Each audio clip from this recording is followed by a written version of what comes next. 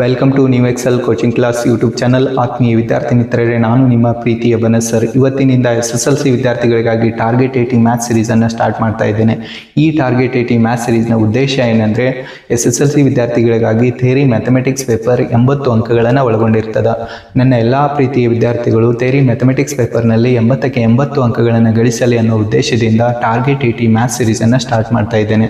ಈ target 80 maths ಸೀರೀಸ್ನಲ್ಲಿ very important ಕ್ವಶನ್ಗಳನ್ನು ಮತ್ತು ವೆರಿ ಇಂಪಾರ್ಟೆಂಟ್ ಟಾಪಿಕ್ಗಳನ್ನು ಲೆಸನ್ ವೈಸು ಡಿಸ್ಕಷನ್ ಮಾಡ್ತಾ ಹೋಗ್ತೀನಿ.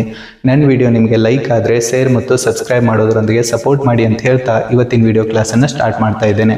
ಇವತ್ತಿನ ವಿಡಿಯೋ ಕ್ಲಾಸಲ್ಲಿ ಫಸ್ಟ್ ನಾವು ರಿಯಲ್ ನಂಬರ್ಸನ್ನು ಸ್ಟಡಿ ಮಾಡೋಣ. ರಿಯಲ್ ನಂಬರ್ಸ್ ಅಂದರೆ ವಾಸ್ತವ ಸಂಖ್ಯೆಗಳು. ನೋಡಿ, ರಿಯಲ್ ನಂಬರ್ಸ್ ಅಂದರೆ ಏನಂತ ಹೇಳಿದ್ದೀವಿ? ವಾಸ್ತವ ಸಂಖ್ಯೆಗಳು. Real numbers are the set of rational and irrational numbers ಅಂತ ಹೇಳ್ತೀವಿ. ನೋಡಿ, ಹಾಗಂದರೆ ಭಾಗಲಬ್ಧ ಸಂಖ್ಯೆ ಮತ್ತು ಅಭಾಗಲಬ್ಧ ಸಂಖ್ಯೆಗಳ ಗುಂಪನ್ನು ವಾಸ್ತವ ಸಂಖ್ಯೆ ಅಂತ ಕರಿತೀವಿ. ಹಾಗಾದರೆ ಈ ಪಾಠದಲ್ಲಿ ಬರ್ತಕ್ಕಂಥ ವೆರಿ ಇಂಪಾರ್ಟೆಂಟ್ ಟಾಪಿಕ್ಗಳನ್ನು ಸ್ಟಡಿ ಮಾಡೋಣ. ನೋಡಿ, ಫಸ್ಟು ವೆರಿ ಇಂಪಾರ್ಟೆಂಟ್ ಅಂದರೆ ಅಂಕಗಣಿತದ ಮೂಲ ಪ್ರಮೇಯ. ಅಂಕಗಣಿತದ ಮೂಲ ಪ್ರಮೇಯ. ಅಂಕಗಣಿತದ ಮೂಲ ಪ್ರಮೇಯ. ಅಂಕಗಣಿತದ ಮೂಲ ಪ್ರಮೇಯ. ಈ ಅಂಕಗಣಿತದ ಮೂಲ ಪ್ರಮೇಯ ಏನು ಹೇಳ್ತದ ಅಂತ ನೋಡೋಣ. ನೋಡಿ, ಅಂಕಗಣಿತದ ಮೂಲ ಪ್ರಮೇಯ ಅಂದ್ರೆ ನಾವು ಫಂಡಮೆಂಟಲ್ ಥಿಯರಮ್ ಆಫ್ ಅರಿಥ್ಮೆಟಿಕ್ ಅಂತ ಕರಿತೀವಿ. ನೋಡಿ, ಯಾವುದೇ ಒಂದು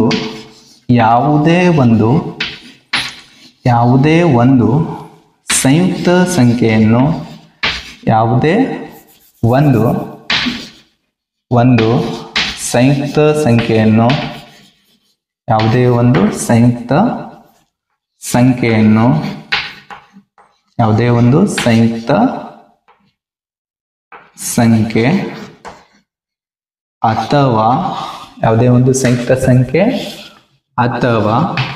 ಅಥವಾ ಭಾಜ್ಯ ಸಂಖ್ಯೆಯನ್ನು ಸಂಯುಕ್ತ ಸಂಖ್ಯೆ ಅಥವಾ ಭಾಜ್ಯ ಸಂಖ್ಯೆಯನ್ನು ಅವಿಭಾಜ್ಯ ಅಪವರ್ತನಗಳ ಗುಣಲಬ್ಧವಾಗಿ ವ್ಯಕ್ತಪಡಿಸಬಹುದು. ಅವಿಭಾಜ್ಯ ಅಪವರ್ತನಗಳ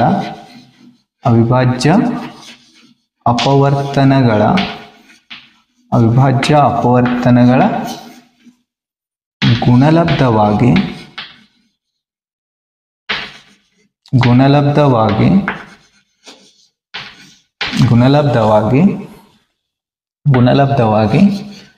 ವ್ಯಕ್ತಪಡಿಸಬಹುದು. ಅವಿಭಾಜ್ಯ ಅಪವರ್ತನ ಗುಣಲಬ್ಧವಾಗಿ ವ್ಯಕ್ತಪಡಿಸಬಹುದು.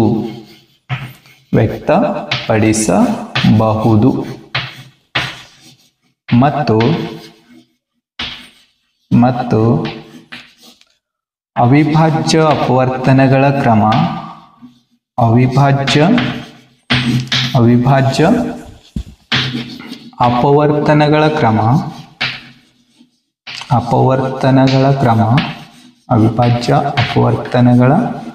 ಕ್ರಮ ಅನನ್ಯವಾಗಿರುತ್ತದೆ. ಅವಿಭಾಜ್ಯ ಅಪವರ್ತನಗಳ ಕ್ರಮ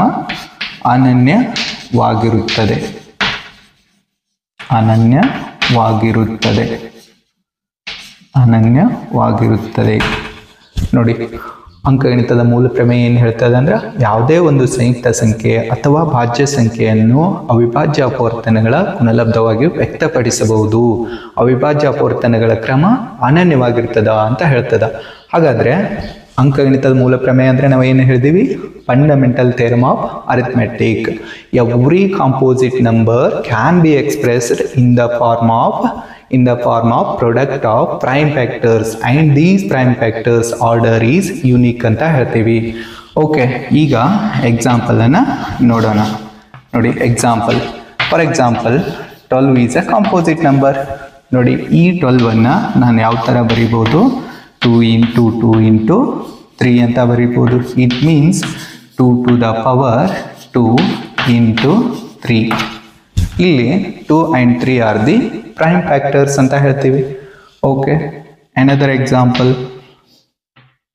15 is a composite number. 15 is a composite number. It can be expressed in the form of 3 into 5. 3 into 5. 3 into 5, it means prime factors, product of prime factors. Okay, another example, 24, 2 into 2 into 2 into 3 ಅಂತ ಹೇಳ್ತೀವಿ. Here 2 comes 3 times, that means 2 to the power 3 into 3 to the power 1. Okay, ಯಾವುದೇ ಒಂದು ಭಾಜ್ಯ ಸಂಖ್ಯೆಯನ್ನು ನಾವು ಯಾವ ರೂಪದಲ್ಲಿ ವ್ಯಕ್ತಪಡಿಸಬಹುದು? ಅವಿಭಾಜ್ಯ ಅಪವರ್ತನಗಳ ಗುಣಲಬ್ಧವಾಗಿ ವ್ಯಕ್ತಪಡಿಸಬಹುದು ಅಂತ ಯಾವ ಪ್ರಮೇಯ ಹೇಳ್ತದ? ಅಂಕಗಣಿತದ ಮೂಲ ಪ್ರಮೇಯ. ನೋಡಿ, ಎಕ್ಸಾಮಲ್ಲಿ ಯಾವ ಥರ ಕ್ವಶನ್ ಕೇಳ್ಬೋದು? ಅಂಕಗಣಿತದ ಮೂಲ ಪ್ರಮೇಯವನ್ನು ನಿರೂಪಿಸಿ ಅಥವಾ state the fundamental theorem of arithmetic ಅಂತ ಕ್ವಶನ್ ಕೇಳಿದ್ರೆ ನಾವೇನು ಬರಿಬೇಕಾಗತ್ತೆ? ಅಂಕಗಣಿತದ ಮೂಲ ಪ್ರಮೇಯ ಅಂತ ಹೆಡ್ಲೈನ್ಸ್ ಹಾಕಿ ಯಾವುದೇ ಒಂದು ಸಂಯುಕ್ತ ಸಂಖ್ಯೆ ಅಥವಾ ಭಾಜ್ಯ ಸಂಖ್ಯೆಯನ್ನು ಅವಿಭಾಜ್ಯ ಅಪವರ್ತನಗಳ ಗುಣಲಬ್ಧವಾಗಿ ವ್ಯಕ್ತಪಡಿಸಬಹುದು. ಅವಿಭಾಜ್ಯ ಅಪವರ್ತನಗಳ ಕ್ರಮ ಅನನ್ಯವಾಗಿರ್ತದ ಅಂತ ಹೇಳಬೇಕಾಗತ್ತೆ. ಆಮೇಲೆ ಎಕ್ಸಾಂಪಲ್ಸ್ ಅನ್ನ ನಾವು ಯಾವುದೇ ಒಂದು ಕಾಂಪೋಸಿಟ್ ನಂಬರ್ಸ್ ಅನ್ನ ತೆಗೆದುಕೊಳ್ಬಹುದು. ಅಂಕಗಣಿತದ ಮೂಲ ಪ್ರಮೇಯವನ್ನು ಬಳಸಿ ಯಾವುದೇ ಒಂದು ಭಾಜ್ಯ ಸಂಖ್ಯೆಯನ್ನ ಅವಿಭಾಜ್ಯ ಅಪವರ್ತನಗಳ ಗುಣಲಬ್ಧವಾಗಿ ವ್ಯಕ್ತಪಡಿಸೋದು ಹೇಗೆ ಅಂತ ಇವಾಗ ನೋಡೋಣ. ನೋಡಿ, ಒಂದು ಉದಾಹರಣೆ ಸಹಿತ ಬಿಡಿಸೋಣ. ನೋಡಿ, ಉದಾಹರಣೆ 140 ಅವಿಭಾಜ್ಯ ಅಪವರ್ತನಗಳ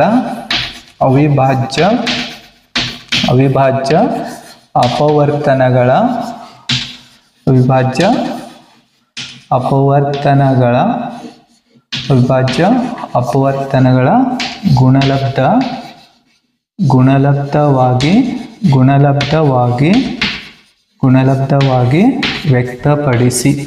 ಅವಿಭಾಜ್ಯ ಅಪವರ್ತನಗಳ ಗುಣಲಬ್ಧವಾಗಿ ವ್ಯಕ್ತಪಡಿಸಿ. ನೋಡಿ, ಇವಾಗ ಹೇಗೆ ನಾವು ಇದನ್ನ ಅವಿಭಾಜ್ಯ ಅಪವರ್ತನಗಳ ಗುಣಲಬ್ಧವಾಗಿ ಬರೀಬಹುದು ಅಂತ ನೋಡೋಣ. 140 ನೋಡಿ, ಅತಿ ಚಿಕ್ಕ ಅವಿಭಾಜ್ಯ ಸಂಖ್ಯೆಯಿಂದ ನಾವು ಡಿವೈಡ್ ಮಾಡಲಿಕ್ಕೆ ಸ್ಟಾರ್ಟ್ ಮಾಡೋಣ. ಅತ್ಯಂತ ಚಿಕ್ಕ ಅವಿಭಾಜ್ಯ ಸಂಖ್ಯೆ ಅಂದರೆ 2. 2ರಿಂದ ಭಾಗ ಹೋಗುತ್ತೆ. ಭಾಗ ಮಾಡೋಣ. 2 7 14, ಮುಂದೆ 0 ಇದೆ, 0. ನೋಡಿ, ಮತ್ತೆ 2ರಿಂದ ಭಾಗ ಹೋಗುತ್ತೆ, ಯಾಕಂದ್ರೆ 0ಯಿಂದ ಕೊನೆಗೊಂಡಿದೆ. ಹಾಗಾದ್ರೆ 2 3 6, 1 ಉಳಿತು, 10 ಆಗುತ್ತೆ. 2 5 10. ಈಗ 2ರಿಂದ ಭಾಗ ಹೋಗಲ್ಲ. ನೆಕ್ಸ್ಟ್ 3ರಿಂದ ಹೋಗುತ್ತೆ, ಚೆಕ್ ಮಾಡ್ಕೊಳ್ಳೋಣ. 3 + 5 8 ಆಗುತ್ತೆ. 3ರಿಂದ ಭಾಗ ಹೋಗಲ್ಲ. ಹಾಗಾದ್ರೆ ನೆಕ್ಸ್ಟ್ ನಂಬರು 5. 5ನಿಂದ ಭಾಗ ಹೋಗುತ್ತೆ. 5 7 ಎಷ್ಟು? 35. ಹಾಗಾದ್ರೆ ನೆಕ್ಸ್ಟ್ 7 ಅವಿಭಾಜ್ಯ ಸಂಖ್ಯೆ ಇದೆ. 7 1 7. ಇದರ ಅರ್ಥ 140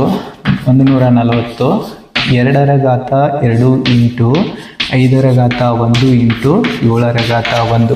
ನೋಡಿ, ಅವಿಭಾಜ್ಯ ಅಪವರ್ತನಗಳ ಗುಣಲಬ್ಧವಾಗಿ ವ್ಯಕ್ತಪಡಿಸಿದಾಗ ಏನಾಗುತ್ತೆ? 140 2 ಘಾತ 2 ಇಂಟು 5 ಘಾತ 1 ಇಂಟು 7 ಘಾತ 1 ಆಗುತ್ತೆ. ಓಕೆ, ಅದೇ ಥರ ಇನ್ನೊಂದು ಉದಾಹರಣೆನ ನೋಡೋಣ. ಇನ್ನೊಂದು ಉದಾಹರಣೆ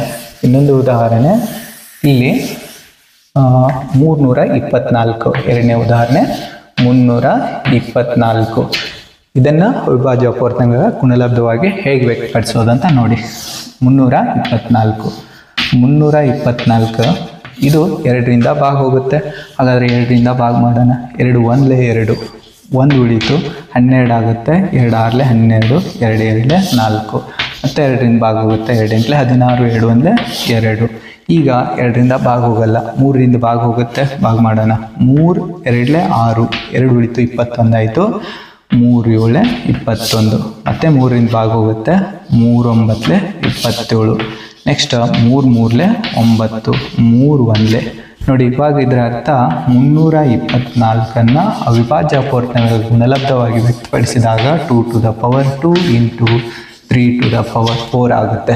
ನೋಡಿ, 324 ಅವಿಭಾಜ್ಯ ಅಪವರ್ತನಗಳ ಗುಣಲಬ್ಧವಾಗಿ ವ್ಯಕ್ತಪಡಿಸಿದಾಗ 2 to the power 2 into 3 to the power 4 ಆಗುತ್ತೆ. ಇದೇ ಥರ ಇನ್ನೊಂದು ಉದಾಹರಣೆಯನ್ನು ನೋಡೋಣ. ಇನ್ನೊಂದು ಉದಾಹರಣೆ ನೋಡಿ, ಇಲ್ಲಿ 3ನೇ ಉದಾಹರಣೆ 78 ಅವಿಭಾಜ್ಯ ಅಪವರ್ತನಗಳ ಗುಣಲಬ್ಧವಾಗಿ ವ್ಯಕ್ತಪಡಿಸಿ ಅಂತ ಕ್ವಶನ್ ಇದೆ. ಹಾಗಾದರೆ 78 ಯಾವ ಥರ ಬರೀಬೋದು ನೋಡಿ. 78 ನಾನೇನು ಮಾಡ್ತೀನಿ? 2ರಿಂದ ಭಾಗ ಮಾಡ್ತೀನಿ. 2 3 6, 1 ಉಳಿತು, 18 2 9 18. ನೆಕ್ಸ್ಟ್ 3ರಿಂದ ಭಾಗ ಹೋಗುತ್ತೆ. 3 1 3 3. ನೆಕ್ಸ್ಟ್ 13 ಅವಿಭಾಜ್ಯ ಸಂಖ್ಯೆ ಇದೆ. 13 1. ಇದರ ಅರ್ಥ ಇವಾಗ 78 ನಾವು ಅವಿಭಾಜ್ಯ ಅಪವರ್ತನಗಳ ಗುಣಲಬ್ಧವಾಗಿ ವ್ಯಕ್ತಪಡಿಸಿದಾಗ ಅದು ಏನಾಗುತ್ತೆ ಅಂತ ನೋಡಿ. 2 to the power 1 into 3 to the power 1 into 13 to the power 1 ಅಂತ ಹೇಳ್ತೀವಿ. ಇದೇ ಥರ ಇನ್ನೊಂದು ಉದಾಹರಣೆಯನ್ನು ಬಿಡಿಸೋಣ. ಇನ್ನೊಂದು ಉದಾಹರಣೆ ನೋಡಿ, ಇನ್ನೊಂದು ಉದಾಹರಣೆ ಇಲ್ಲಿ 80 ನೋಡಿ. ನೆಕ್ಸ್ಟ್ 4ನೇ ಉದಾಹರಣೆ 80 ಅವಿಭಾಜ್ಯ ಅಪವರ್ತನಗಳ ಗುಣಲಬ್ಧವಾಗಿ ವ್ಯಕ್ತಪಡಿಸಿ ಅಂತ ಇದೆ. ಹಾಗಾದರೆ ನೋಡಿ 80 ಅವಿಭಾಜ್ಯ ಅಪವರ್ತನದಿಂದ ಭಾಗಿಸ್ತಾ ಹೋಗ್ತೀನಿ. ನೋಡಿ 2ರಿಂದ ಭಾಗಿಸ್ತೀನಿ. 2 4 8 ಅಂದರೆ 2 40 80 ಅಂತ ಹೇಳ್ತೀವಿ. ನೆಕ್ಸ್ಟ್ ಮತ್ತೆ 2ರಿಂದ ಭಾಗುತ್ತೆ. 2 20 40. ನೆಕ್ಸ್ಟ್ 2 10 20. ನೆಕ್ಸ್ಟ್ 2 5 10. ಹಾಗಾದ್ರೆ 5 1. ಇವಾಗ ಇದರ ಅರ್ಥ ನೋಡಿ 80 ನಾವು ಯಾವ ಥರ ಅವಿಭಾಜ್ಯ ಅಪವರ್ತನ ಗುಣಲಬ್ಧವಾಗಿ ವ್ಯಕ್ತಪಡಿಸಿದಾಗ ಏನಾಗುತ್ತೆ, ಇಲ್ಲಿ 2⁴ ಇಂಟು 5⁴ ಅಂತ ಆಗುತ್ತೆ. ಅಂಕಗಣಿತದ ಮೂಲ ಪ್ರಮೇಯವನ್ನು ಬಳಸಿ ಲಸ ಮತ್ತು ಮಸವನ್ನು ಕಂಡುಹಿಡಿಯೋಣ. ನೋಡಿ ಒಂದು ಉದಾಹರಣೆ, ಇಲ್ಲಿ 12 ಮತ್ತು 15ರ ಲಸವನ್ನು 15ರ ಲಸ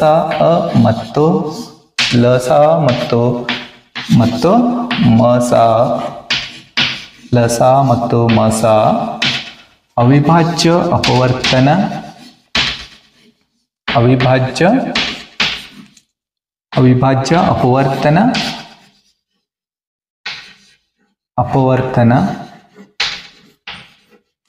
ಅಪವರ್ತನ ಕ್ರಮದಿಂದ ಕಂಡುಹಿಡಿಯಿರಿ. ಅವಿಭಾಜ್ಯ ಅಪವರ್ತನ ಕ್ರಮದಿಂದ ಕಂಡುಹಿಡಿಯಿರಿ.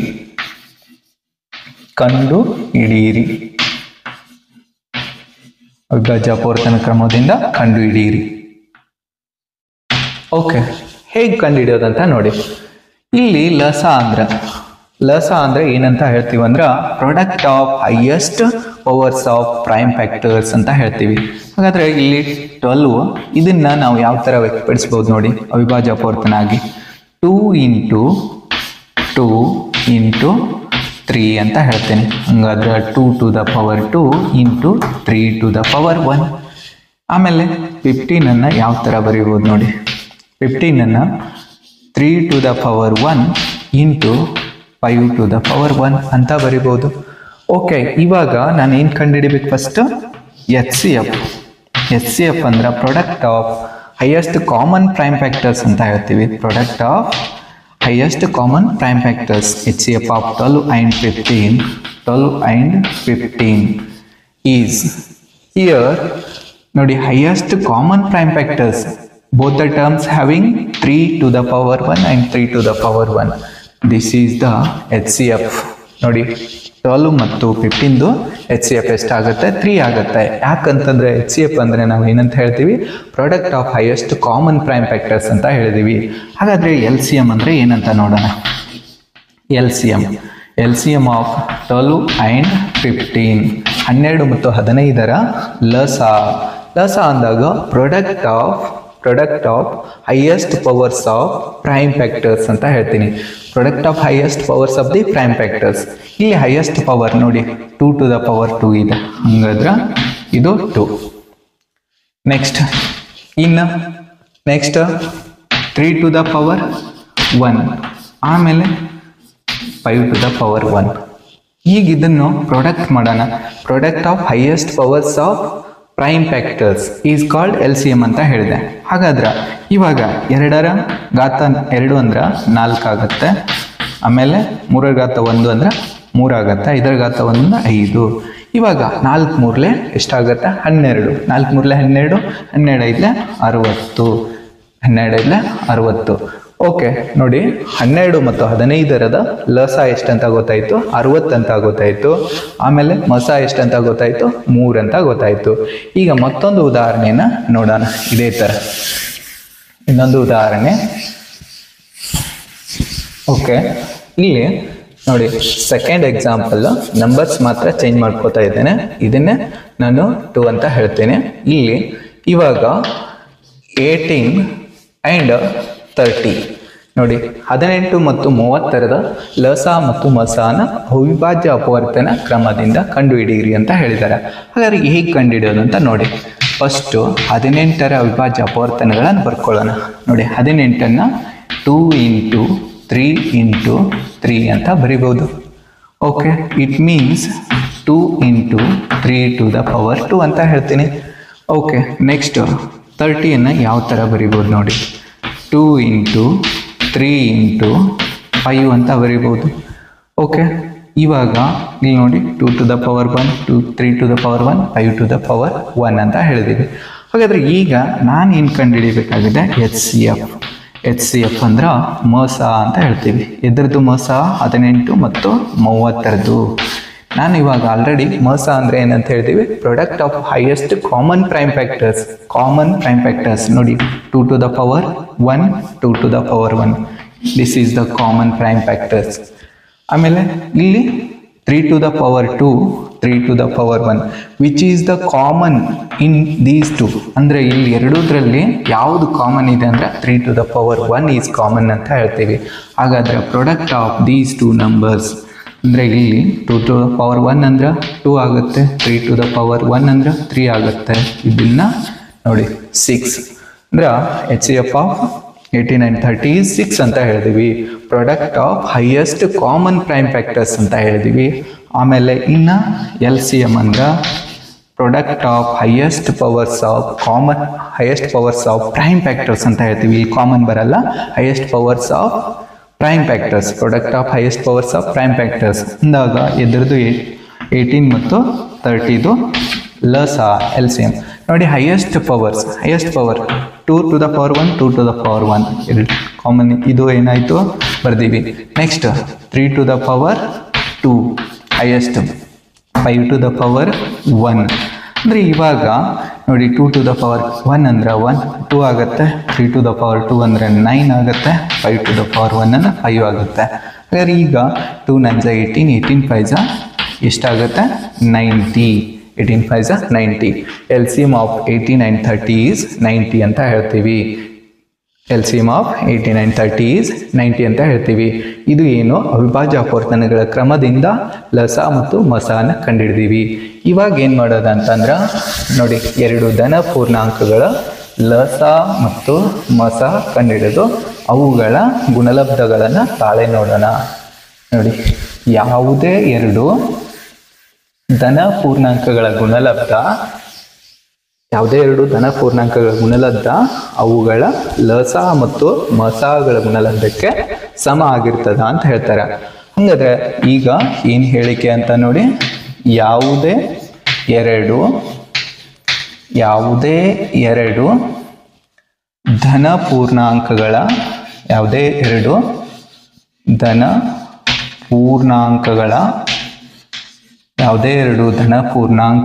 ಗುಣಲಬ್ಧ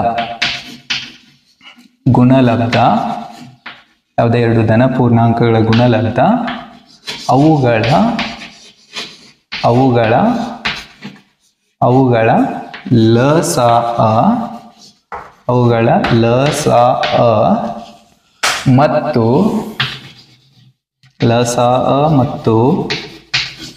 ಮಸಗಳ ಗುಣಲಬ್ಧಕ್ಕೆ ಸಮ ಆಗಿರ್ತದೆ. ಮಸಗಳ ಗುಣಲಬ್ಧಕ್ಕೆ ಸಮನಾಗಿರುತ್ತದೆ. ಮಸಗಳ ಗುಣಲಬ್ಧಕ್ಕೆ ಸಮನಾಗಿರುತ್ತದೆ. ಮಸಗಳ ಗುಣಲಬ್ಧಕ್ಕೆ ಸಮನಾಗಿರುತ್ತದೆ. ಹಾಗಾದ್ರೆ ನೋಡಿ, ನಿಯಮ ಏನು ಹೇಳಿದೀವಿ, ಯಾವುದೇ ಎರಡು ಧನ ಪೂರ್ಣಾಂಕ ಅಂದ್ರೆ ಎ ಮತ್ತು ಬಿ ಆಗಿರಲಿ. ಇಲ್ಲಿ ಎ ಮತ್ತು ಬಿ ಎರಡು ಧನ ಪೂರ್ಣಾಂಕಗಳು, ಅವುಗಳ ಲಸ ಎಲ್ಲೋ ಮತ್ತು ಅವುಗಳ ಮಸ H. Least common multiple, L means least common multiple, H means highest common factor ಅಂತ ಹೇಳ್ತೀವಿ. ಈ ನಿಯಮವನ್ನು ಈಗ ಉದಾಹರಣೆ ಸಹಿತ ನಾವೇನು ಮಾಡೋಣ, ತಾಳೆ ನೋಡೋಣ. ನೋಡಿ, ಅವರು ಎಕ್ಸಾಂಪಲ್ ಯಾವ ಥರ ಕೊಟ್ಟಿರ್ತಾರೆ ಅಂತಂದ್ರೆ ನೋಡಿ, ಎಕ್ಸಾಂಪಲ್ 1 ಇಲ್ಲಿ ಏನು ಮಾಡ್ತಾರೆ ಅಂತ, 8 and 20 ಗಳ ಲಸ ಮತ್ತು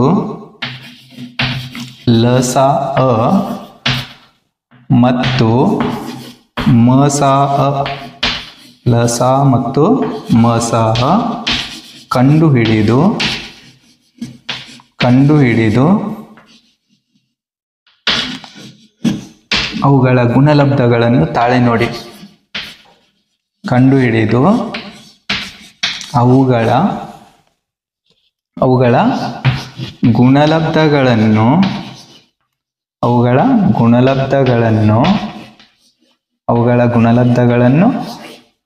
ತಾಳೆ ನೋಡಿ.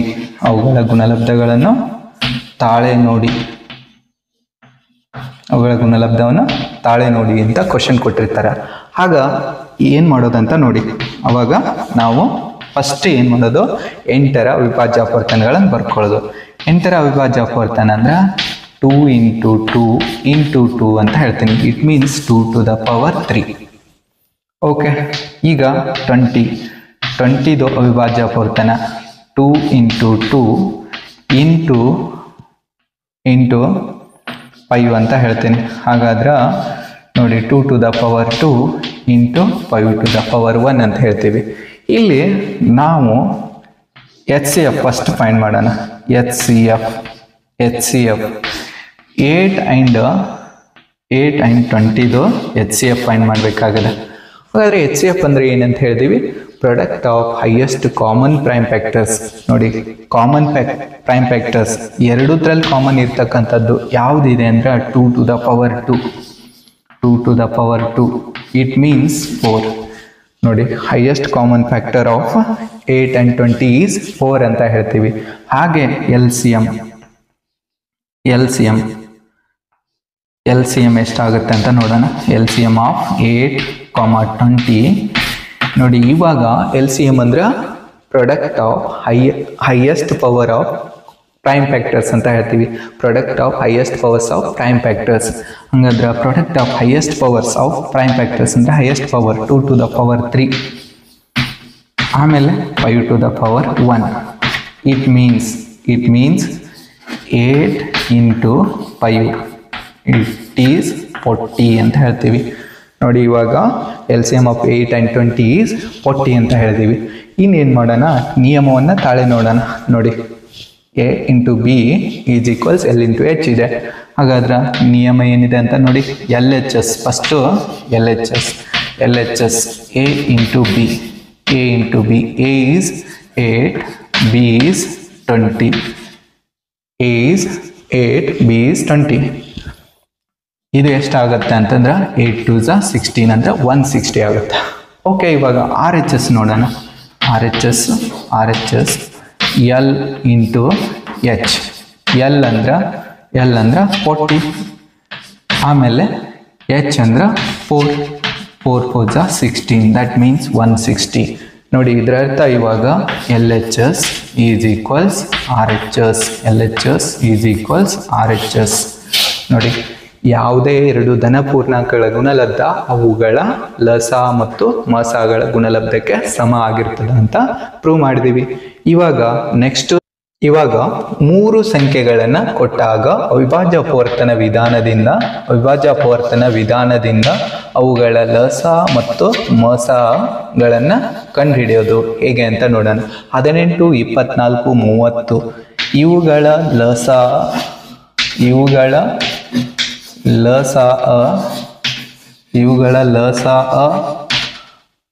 ಮತ್ತು ಮಸ ಇವುಗಳ ಲಸ ಮತ್ತು ಮಸಗಳನ್ನು ಅವಿಭಾಜ್ಯ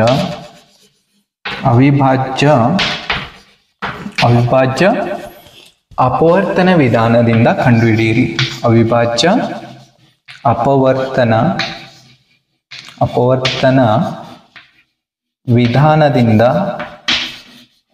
ಅಪವರ್ತನ ವಿಧಾನದಿಂದ ಕಂಡುಹಿಡಿಯಿರಿ. ಅವಿಭಾಜ್ಯ ಅಪವರ್ತನ ವಿಧಾನದಿಂದ ಕಂಡುಹಿಡಿಯಿರಿ. ಓಕೆ, ಇವಾಗ ಏನು ಮಾಡಬೇಕಾಗಿದೆ, 18, 24 ಮತ್ತು 30 ಲಸ ಮತ್ತು ಮಸವನ್ನು ಅವಿಭಾಜ್ಯ ಅಪವರ್ತನಗಳ ವಿಧಾನದಿಂದ ಕಂಡುಹಿಡಿಯಬೇಕಾಗಿದೆ. ಹಾಗಾದ್ರೆ ಏನು ಮಾಡೋದು ಅಂತ ನೋಡಿ. ಫಸ್ಟು 18 ಯಾವ ಥರ ಬರೀಬೋದು, 2 × 3 × 3. It means 2 to the power 1 × 3 to the power 2 ಅಂತ ಹೇಳ್ತೀವಿ.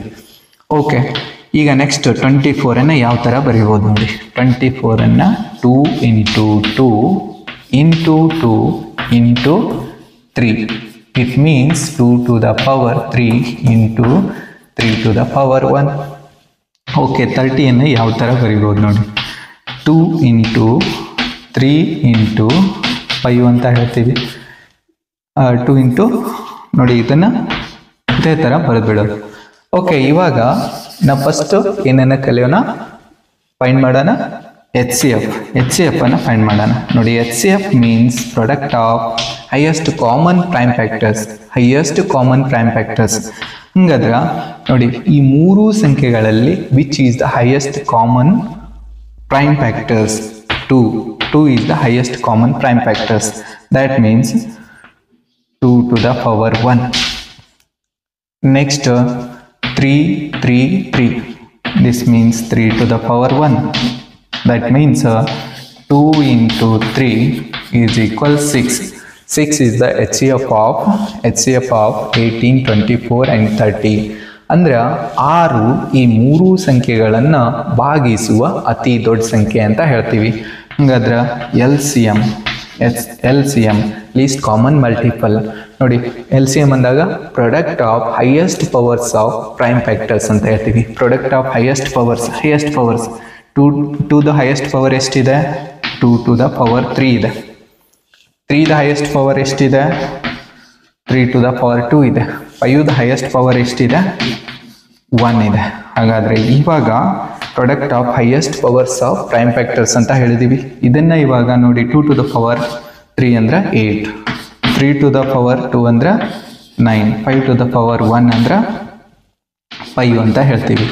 ಇವಾಗ ನೋಡಿ, ಇಲ್ಲಿ ಏನು ಮಾಡೋಣ ಅಂತಂದ್ರೆ 8 9s 72, 72 5s ಎಷ್ಟಾಗುತ್ತೆ ಅಂತ ನೋಡಿ.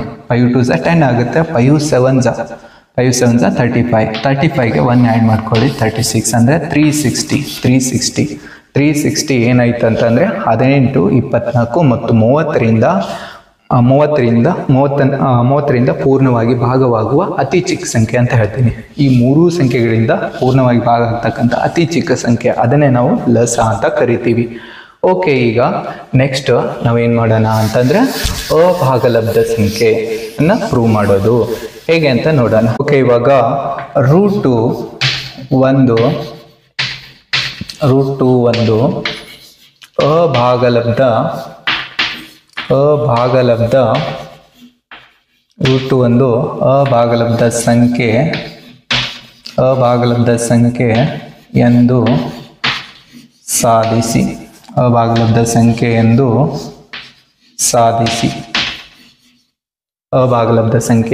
ಸಾಧಿಸಿ. ಫಸ್ಟ್ ನಾವು ರೂಟ್ ಟು ಒಂದು ಭಾಗಲಬ್ಧ ಸಂಖ್ಯೆ ಅಂತ ಊಹೆ ಮಾಡೋಣ ನೋಡಿ. ರೂಟ್ ಟು ಒಂದು ಭಾಗಲಬ್ಧ ಸಂಖ್ಯೆಗಳು P/Q ರೂಪದಲ್ಲಿರುತ್ತವೆ. P ಮತ್ತು Qಗಳು ಪೂರ್ಣಾಂಕಗಳಾಗಿರುತ್ತವೆ. P, Q belongs to Z. Q never be 0 ಅಂತ ಹೇಳ್ತೀವಿ. ಇದು ನಮ್ಮ ಊಹೆ, ಅವರ್ ಅಜ್ಯೂಮ್ಷನ್ ಅಂತ ಹೇಳ್ತೀವಿ.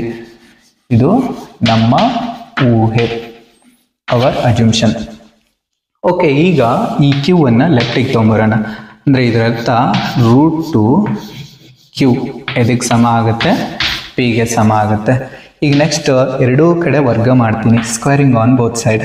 That means 2q² is equals p². ಏನು ಮಾಡಿದೀವಪ್ಪ ಅಂತಂದರೆ ಎರಡೂ ಕಡೆ ವರ್ಗ ಮಾಡಿದ್ದೀವಿ. ಸ್ಕ್ವೇರಿಂಗ್ ಆನ್ ಬೋತ್ ಸೈಡ್, ಎರಡೂ ಕಡೆ ವರ್ಗ ಮಾಡಿದಾಗ.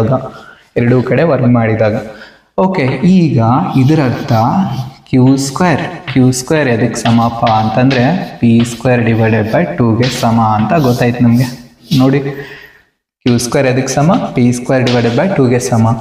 ಈಗ ಇಲ್ಲಿ p² 2ರಿಂದ ಭಾಗವಾಗುತ್ತಿದೆ.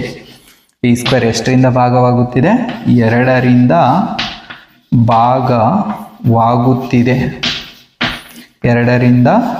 ಭಾಗವಾಗುತ್ತಿದೆ. that implies p ಏನಾಗುತ್ತೆ? 2ರಿಂದ ಭಾಗವಾಗುತ್ತದೆ. ಪಿ 2ರಿಂದ ಭಾಗವಾಗುತ್ತದೆ. ಪಿ 2ರಿಂದ ಭಾಗವಾಗುತ್ತದೆ. ಪಿ ಸ್ಕ್ವೇರ್ 2ರಿಂದ ಭಾಗವಾದರೆ ಪಿನೂ 2ರಿಂದ ಭಾಗ ಆಗ್ತದ ಅಂತ ಹೇಳ್ತೀವಿ. ಯಾವಾಗ 2ರಿಂದ ಭಾಗ ಆಗ್ತಾವಂದ್ರೆ ಪಿ ಅನ್ನೋದು 2ರ ಗುಣಕವಾದರೆ ಮಾತ್ರ ಅವು ಏನಾಗ್ತಾವ 2ರಿಂದ ಭಾಗ ಆಗ್ತಾವ. ಅಂದರೆ it means P is multiple of 2 ಅಂತ ಹೇಳ್ತೀವಿ. ನೋಡಿ ಪಿ ಯು 2ರ ಗುಣಕವಾದಾಗ ಮಾತ್ರ P is multiple of 2. P is multiple of 2 ಆದಾಗ ಅದು 2ರಿಂದ ಭಾಗ ಆಗ್ತದ ಅಂತ ಹೇಳ್ತೀವಿ. ಓಕೆ, ಇವಾಗ ಈ ಈಕ್ವೇಷನನ್ನು ನಾವು ಇದಕ್ಕೆ 1 ಅಂತ ಹೆಸರು ಕೊಡೋಣ. ನೋಡಿ from equation 1 q square is equals p ಇದ್ದಲ್ಲಿ 2a ಸಬ್ಸ್ಟಿಟ್ಯೂಟ್ ಮಾಡೋಣ. 2a whole square divided by 2. It means q square is equals 4a square divided by 2. 2 1 2 2 ಅಂತ ಕ್ಯಾನ್ಸಲ್ ಆಗ್ತೀವಿ. ಇದನ್ನ ಈ ಕಡೆ ಕಂಟಿನ್ಯೂ ಮಾಡ್ತೀನಿ. ನೋಡಿ q ಸ್ಕ್ವೇರ್ ಎದಕ್ಕೆ ಸಮ ಅಂದರೆ 2a ಸ್ಕ್ವೇರ್ಗೆ ಸಮ. It means a square is equals q square divided by 2. ನೋಡಿ a square ಎದಕ್ಕೆ ಸಮ q square divided by 2ಗೆ ಸಮ. ಇದರ ಅರ್ಥ ಇವಾಗ ನಮಗೇನು ಗೊತ್ತಾಯ್ತು ಅಂತಂದರೆ q ಸ್ಕ್ವೇರ್ 2ರಿಂದ ಭಾಗವಾಗುತ್ತಿದೆ. q ಸ್ಕ್ವೇರ್ 2ರಿಂದ ಭಾಗವಾಗುತ್ತಿದೆ. q ಸ್ಕ್ವೇರ್ 2ರಿಂದ ಭಾಗವಾಗುತ್ತಿದೆ. ಹಾಗಾದರೆ q ಏನಾಗಬೇಕು? That implies q is also divisible by 2. q 2ರಿಂದ ಭಾಗವಾಗುತ್ತದೆ. 2ರಿಂದ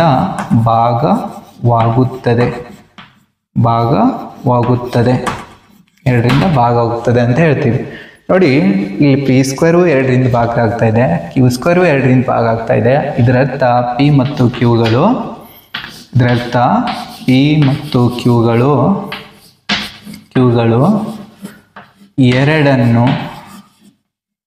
ಎರಡನ್ನು ಸಹ ಅವಿಭಾಜ್ಯ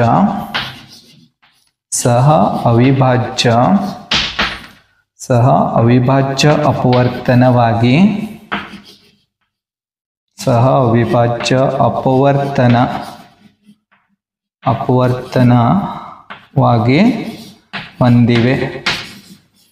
ನೋಡಿ ಯಾವ ಸಂಖ್ಯೆಗಳು ಸಹ ಅವಿಭಾಜ್ಯ ಅಪವರ್ತನ ಹೊಂದಿರ್ತಾವಲ್ಲ ಅವು ಭಾಗಲಬ್ಧ ಸಂಖ್ಯೆಗಳಾಗಿರೋದಿಲ್ಲ ಅಂತ ಹೇಳ್ತೀವಿ.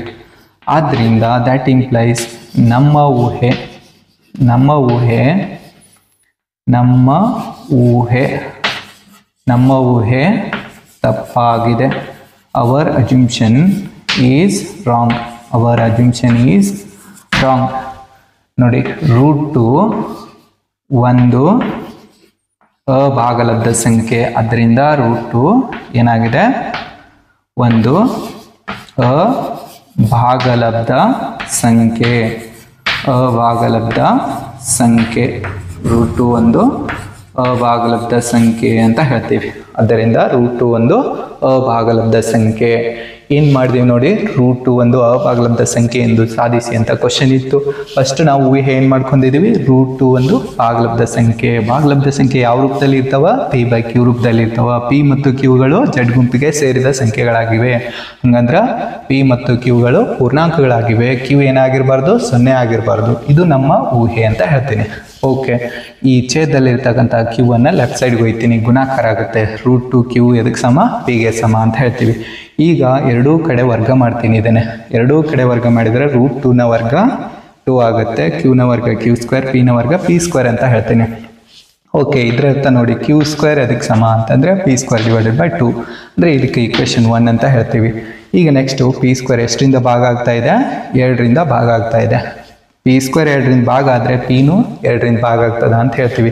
ನೋಡಿ, ಯಾವಾಗ ಆ ಸಂಖ್ಯೆಗಳು 2ರಿಂದ ಭಾಗ ಆಗ್ತಾವಂದ್ರೆ ಪಿ ಯು 2ರ ಗುಣಕವಾಗಿದ್ದಾಗ ಮಾತ್ರ, ನೋಡಿ ಪಿ ಇಸ್ ಮಲ್ಟಿಪಲ್ ಆಫ್ 2 ಆಗಿದ್ದಾಗ ಮಾತ್ರ ಏನಾಗುತ್ತೆ, 2ರಿಂದ ಭಾಗ ಆಗ್ತದ ಅಂತ ಹೇಳ್ತೀವಿ. From equation 1 q square is equals to a whole square divided by 2 ಅಂತ ಹೇಳ್ತೀವಿ.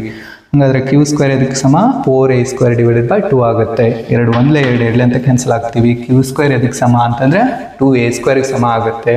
a ಸ್ಕ್ವೇರ್ ಇದಕ್ಕೆ ಸಮ ಕ್ಯೂ ಸ್ಕ್ವೇರ್ ಡಿವೈಡೆಡ್ ಬೈ 2ಗೆ ಸಮ ಆಗುತ್ತೆ. ಕ್ಯೂ ಸ್ಕ್ವೇರ್ ಇದರಿಂದ ಭಾಗ ಆಗ್ತಾ ಇದೆ, 2ರಿಂದ ಭಾಗ ಆಗ್ತಾ ಇದೆ. ಹಾಗಾದ್ರೆ ಕ್ಯೂ ಏನಾಗುತ್ತೆ, 2ರಿಂದ ಭಾಗವಾಗುತ್ತದೆ ಅಂತ ಹೇಳ್ತೀವಿ. ಪಿ ಮತ್ತು ಕ್ಯೂಗಳು 2ಅನ್ನು ಸಹ ಅವಿಭಾಜ್ಯ ಅಪವರ್ತನವಾಗಿ ಹೊಂದಿವೆ.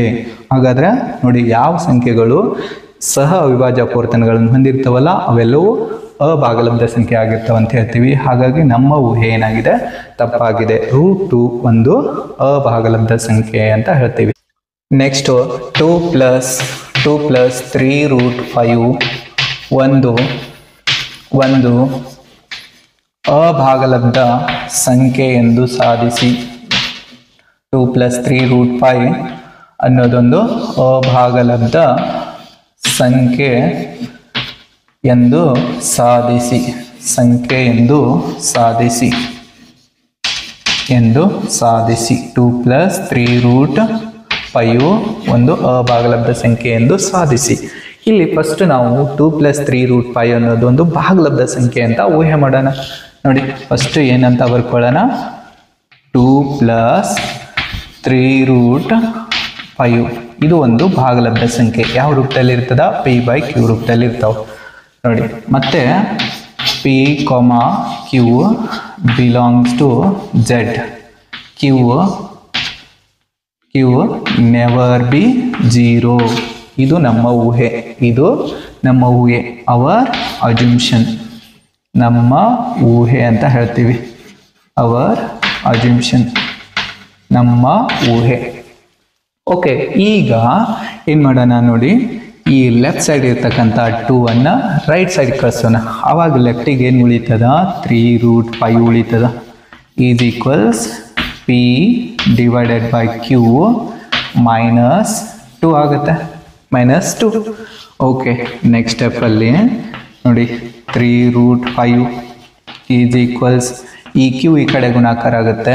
ಹಾಗಾಗಿ p -2q divided by q ಅಂತ ಹೇಳ್ತೀನಿ. ಓಕೆ, ಈಗ ನೆಕ್ಸ್ಟ್ ಸ್ಟೆಪ್ಪಲ್ಲಿ ನೋಡಿ, ಈ 3 ಏನಾಗಿದೆ, √5 ಜೊತೆ ಗುಣಾಕಾರ ಇದೆ. ಹಾಗಾದರೆ ಇದು ಆ ಕಡೆ ಹೋದ್ರೆ ಭಾಗಾಕಾರ. ಲೆಫ್ಟಿಗೆ √5 ಇದಕ್ಕೆ ಸಮ ಅಂದ್ರೆ p -2q divided by 3q ಅಂತ ಹೇಳ್ತೀನಿ. ನೋಡಿ, ಈಗ ಏನು ಗೊತ್ತಾಯ್ತು ನಮಗೆ, √5 ಇದಕ್ಕೆ ಸಮ ಅಂತ ಹೇಳ್ತಾ ಇದ್ದೀವಿ, p -2q ಡಿವೈಡೆಡ್ ಬೈ 3qಗೆ ಸಮ. ಇದರ ಅರ್ಥ √5 ಅಭಾಗಲಬ್ಧ ಸಂಖ್ಯೆ. √5 ಅಭಾಗಲಬ್ಧ ಸಂಖ್ಯೆ. √5 ಅಂತ ಸಂಖ್ಯೆ ಅಭಾಗಲಬ್ಧ ಸಂಖ್ಯೆ. ಯಾಕೆ ಅದನ್ನು ಅಭಾಗಲಬ್ಧ ಸಂಖ್ಯೆ ಅಂತ ಕರಿತೀವಿ ಅಂದ್ರೆ, ವರ್ಗಮೂಲದಲ್ಲಿರುವ ಎಲ್ಲ ಅವಿಭಾಜ್ಯ ಸಂಖ್ಯೆಗಳು ಅಭಾಗಲಬ್ಧ ಸಂಖ್ಯೆಗಳಾಗಿರ್ತವೆ. ವರ್ಗಮೂಲದಲ್ಲಿರುವ ಎಲ್ಲ ಅವಿಭಾಜ್ಯ ಸಂಖ್ಯೆಗಳು ಅಭಾಗಲಬ್ಧ ಆಗಿರ್ತವೆ. ಹಾಗಾಗಿ √5 ನಾವು ಅಭಾಗಲಬ್ಧ ಸಂಖ್ಯೆ ಅಂತ ಕರಿತೀವಿ. ಓಕೆ, ನೆಕ್ಸ್ಟ್ ರೈಟ್ ಸೈಡ್ ಇದೆ ನೋಡಿ. ರೈಟ್ ಸೈಡ್ ಇರೋದು p -2q divided by 3q. ಇದು ಭಾಗಲಬ್ಧ ಸಂಖ್ಯೆ ಆಗಿದೆ. ಇದು ಭಾಗಲಬ್ಧ ಸಂಖ್ಯೆ. ಇಲ್ಲಿ ಇವಾಗ ಭಾಗಲಬ್ಧ ಸಂಖ್ಯೆ ಏನಾಗ್ಲಿಕ್ಕೆ ಸಾಧ್ಯ ಇಲ್ಲ ನೋಡಿ, ಅಭಾಗಲಬ್ಧ ಸಂಖ್ಯೆಗೆ ಸಮ ಆಗ್ಲಿಕ್ಕೆ ಸಾಧ್ಯ ಇಲ್ಲ. ಅಂದ್ರೆ ಇದರ ಅರ್ಥ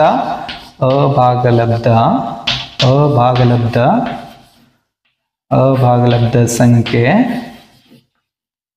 ನೆವರ್ ಬಿ ಈಕ್ವಲ್ಸ್, ಅಭಾಗಲಬ್ಧ ಸಂಖ್ಯೆ ನೆವರ್ ಬಿ ಈಕ್ವಲ್ಸ್ ಭಾಗಲಬ್ಧ ಸಂಖ್ಯೆ ಅಂತ ಹೇಳ್ತೀನಿ. ಭಾಗಲಬ್ಧ ಸಂಖ್ಯೆ ನೆವರ್ ಬಿ ಈಕ್ವಲ್ಸ್ ಭಾಗಲಬ್ಧ ಸಂಖ್ಯೆ ಅಂತ ಹೇಳ್ತೀವಿ. ಆದ್ದರಿಂದ ನೋಡಿ, ಆದ್ದರಿಂದ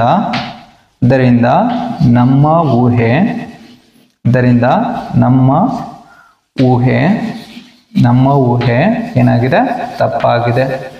ನಮ್ಮ ಊಹೆ ತಪ್ಪಾಗಿದೆ. ಇದರಿಂದ ನಮ್ಮ ಊಹೆ ತಪ್ಪಾಗಿದೆ. 2 + 3√5 2 + 3√5 ಒಂದು ಅಭಾಗಲಬ್ಧ ಸಂಖ್ಯೆ, ಒಂದು ಅಭಾಗಲಬ್ಧ ಸಂಖ್ಯೆ, ಒಂದು ಅಭಾಗಲಬ್ಧ ಸಂಖ್ಯೆ ಅಂತ ಹೇಳ್ತೀವಿ. ಇಲ್ಲಿ ಏನು ಗೊತ್ತಾಯ್ತು ನೋಡಿ 2 + 3√5 ಒಂದು ಅಭಾಗಲಬ್ಧ ಸಂಖ್ಯೆ ಎಂದು ಸಾಧಿಸಿ ಅಂತ ಇತ್ತು. 2 + 3√5 ಏನಂತ ಊಹೆ ಮಾಡಿದ್ವಿ ನಾವು, p/q ರೂಪದಲ್ಲಿ ಇರ್ತದ. p ಮತ್ತು qಗಳು ಪೂರ್ಣಾಂಕಗಳಾಗಿರ್ತಾವ, q ಏನಾಗಿರಲ್ಲ, 0 ಆಗಿರಲ್ಲ. ಇದು ನಮ್ಮ ಊಹೆ, ಅವರ್ ಅಜ್ಯೂಮ್ಷನ್ ಅಂತ ಹೇಳ್ತೀವಿ. ಹಾಗಾದ್ರೆ ಈ 2 ಅನ್ನ ರೈಟ್ ಸೈಡ್ ಕಳಿಸ್ತೀನಿ. ಈ ಕಡೆ ಧನಾತ್ಮಕ ಇದ್ದದ್ದು ಆ ಕಡೆ ಹೋಗಿ ಋಣಾತ್ಮಕ ಆಗಿದೆ ನೋಡಿ. -2 3√5 ಅದಕ್ಕೆ ಸಮ p/q - 2 ಅಂತ ಆಯ್ತು. ಆಮೇಲೆ ನೆಕ್ಸ್ಟ್ ಏನು ಮಾಡ್ತೀನಿ, 3√5 = ಈ q ಇದ್ದದ್ದು 2ಗೆ ಗುಣಾಕಾರ ಆಗುತ್ತೆ. ಓಕೆ, p - 2q / q ಅಂತ ಆಗುತ್ತೆ. ಹಾಗಾದ್ರೆ 3 ಇಲ್ಲಿ ಏನಾಗಿದೆ ನೋಡಿ, ಲೆಫ್ಟ್ ಸೈಡು ಗುಣಾಕಾರದಲ್ಲಿದೆ, ರೈಟ್ ಸೈಡ್ ಹೋದ್ರೆ ಭಾಗಾಕಾರ. ಹಾಗಾದ್ರೆ √5 ಇದಕ್ಕೆ ಸಮ p - 2q / 3qಗೆ ಸಮ. √5 ಒಂದು ಅಭಾಗಲಬ್ಧ ಸಂಖ್ಯೆ. ಯಾಕಂತಂದ್ರೆ ವರ್ಗಮೂಲದಲ್ಲಿರುವ ಅವಿಭಾಜ್ಯ ಸಂಖ್ಯೆಗಳು ಅಭಾಗಲಬ್ಧ ಸಂಖ್ಯೆಗಳಾಗಿರ್ತಾವ ನೋಡಿ. ಅಭಾಗಲಬ್ಧ ಸಂಖ್ಯೆಗಳ ದಶಮಾಂಶ ರೂಪ ಆವರ್ತನೂ ಆಗುವುದಿಲ್ಲ ಮತ್ತು ಅಂತ್ಯನುಗೊಳ್ಳೋದಿಲ್ಲ ಅಂತ ಹೇಳ್ತೀವಿ. p - 2q / 3q ಇದು ಭಾಗಲಬ್ಧ ಸಂಖ್ಯೆ ಅಂತ ಹೇಳ್ತೀವಿ. ಇದು ಭಾಗಲಬ್ಧ ಸಂಖ್ಯೆ ನೋಡಿ. ಇಲ್ಲಿ ಅಭಾಗಲಬ್ಧ ಸಂಖ್ಯೆಯು ಭಾಗಲಬ್ಧ ಸಂಖ್ಯೆಗೆ ಸಮನಾಗಲು ಸಾಧ್ಯವಿಲ್ಲ. ಆದ್ದರಿಂದ ನಮ್ಮ ಊಹೆ ಏನಾಗಿದೆ, ತಪ್ಪಾಗಿದೆ. 2 + 3√5 ಒಂದು ಅಭಾಗಲಬ್ಧ ಸಂಖ್ಯೆ ಅಂತ ಹೇಳ್ತೀವಿ. ನೆಕ್ಸ್ಟ್ ಕ್ವಶನ್, 5 - 3√2 ಒಂದು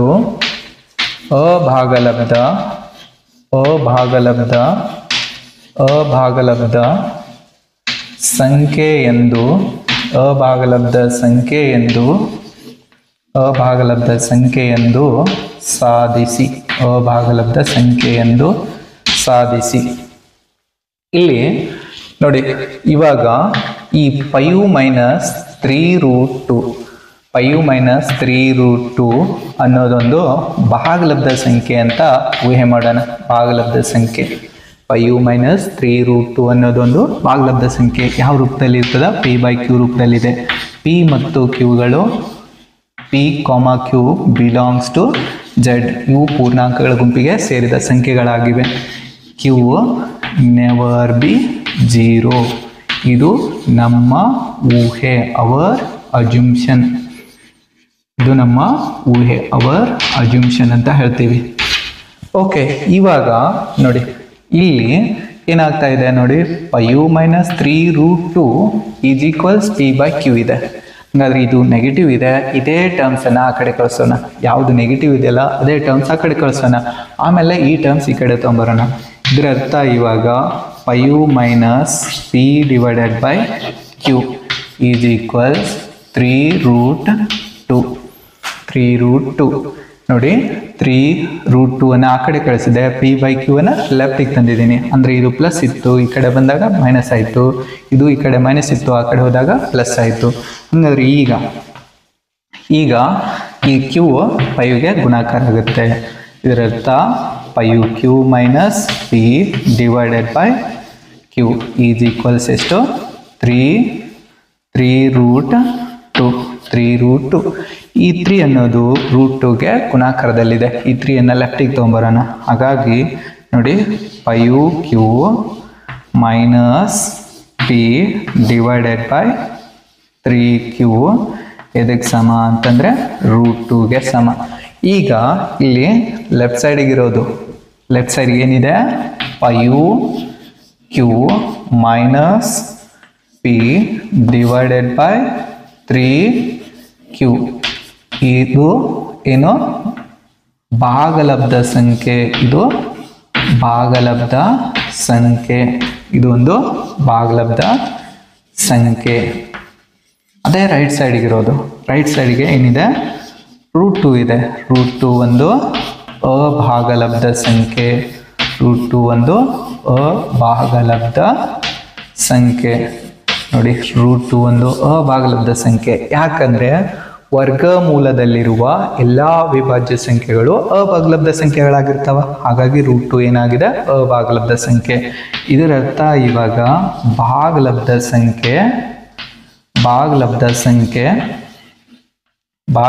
ಸಂಖ್ಯೆ is not equals, is never be equals ಅಭಾಗಲಬ್ಧ ಸಂಖ್ಯೆ.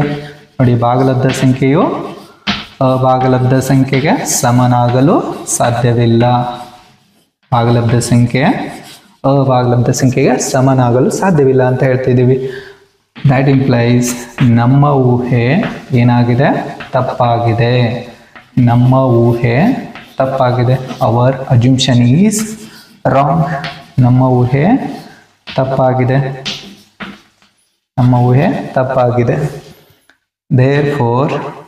Therefore 5 minus 3√2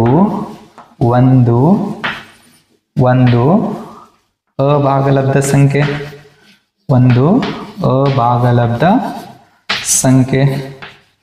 ಅಭಾಗಲಬ್ಧ ಸಂಖ್ಯೆ ಅಂತ ಹೇಳ್ತೀವಿ. ಅಭಾಗಲಬ್ಧ ಸಂಖ್ಯೆ. ನೋಡಿ, ಇನ್ನೊಂದು ಸಾರಿ ನೋಡೋಣ.